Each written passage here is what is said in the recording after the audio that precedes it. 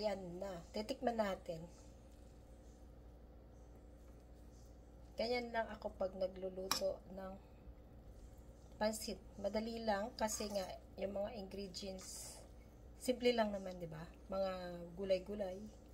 So tapos optional po ang paglalagay ng oyster sauce. Sa taas ko minsan naglalagay ako pag medyo hindi ko natimpla ng para lalong sasarap.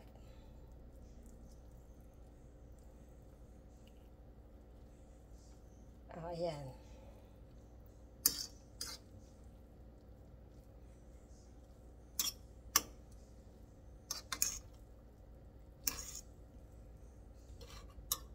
Basta maraming gulay lang kayo ilalagay, masarap na yan, okay na yan. At kailangan hindi siya durog, o yan o.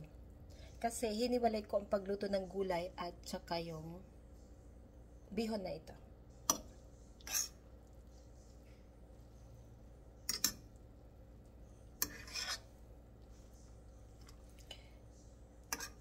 Ayan ang ating pansit.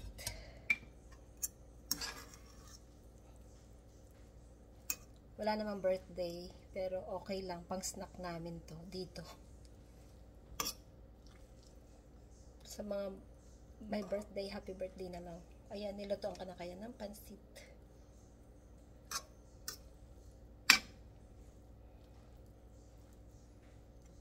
Pwede na ito at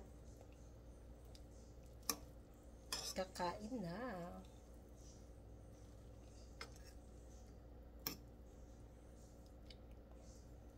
So kaya 'di ba, hindi siya ano tawag dito, yung putol kasi hiniwalay ko nga yung pagluluto.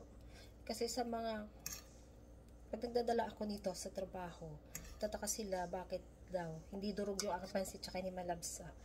So kaya ayun nga ang sekreto doon. Hiwalay mo muna to luto sa gulay. So ayan na, titikman ko na. Kain tayo.